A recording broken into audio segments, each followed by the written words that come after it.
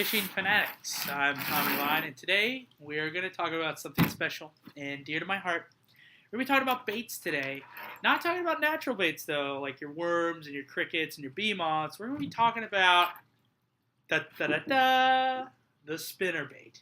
This bad boy, oh man, I love the spinnerbait. This bad boy can get you any big mouth bass, really any big fish you desire, except maybe like carp and catfish. But if you're going to use a spinnerbait, you're probably going to get bass. This is probably the most likely fish you're going to get. Sometimes you get bluegill, very rarely, but mostly you get big mouth bass with these guys. So you kind of have to tie it. If you're going to tie it like to your rod, kind of want to tie it like right here in the center. So you don't want to tie it, here or here, because then that ruins the action on the spinnerbait in general, and it messes everything up. So you want to tie it at the top. So that's just a key to remember. So the top right here, tie it up here, and then what it does is it like spins. It like spins in the water. So it is you kind of want to reel it in fast when you're using it. You don't want to reel it in slow, because the bass, I'll tell you, they love the action when it's going under the water,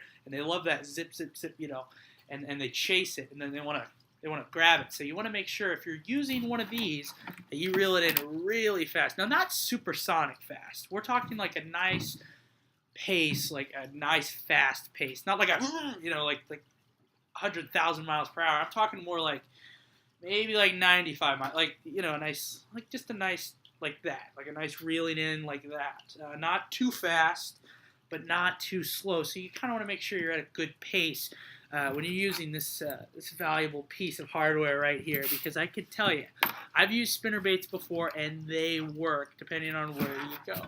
But I'll tell you, they are very colorful. They are nice. You can pick them up really anywhere. Dick's, well, I'd say Dick's probably not, because theirs are really expensive.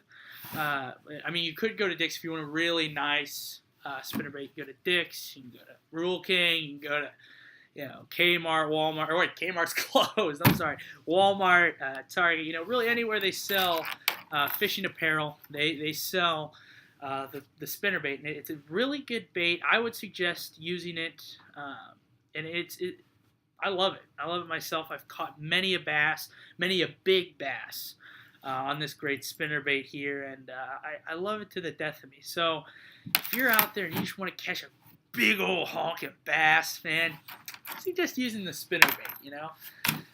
And the good thing about spinnerbait is, usually, unless you reel it off and it flies off, because sometimes that's happening, it's flown off, you really save a lot, because you're not putting on a worm every like 10 seconds when the fish is trying to get it. You got this here, and if he bites on it hard, he's probably going to stick onto it. Now, sometimes you got a big bass, he could take your spinnerbait from you. But I would recommend the spinnerbait as one of my top baits if you want to catch a big old honking bass or a big old honking fish in general. So that, my friends, is the spinnerbait.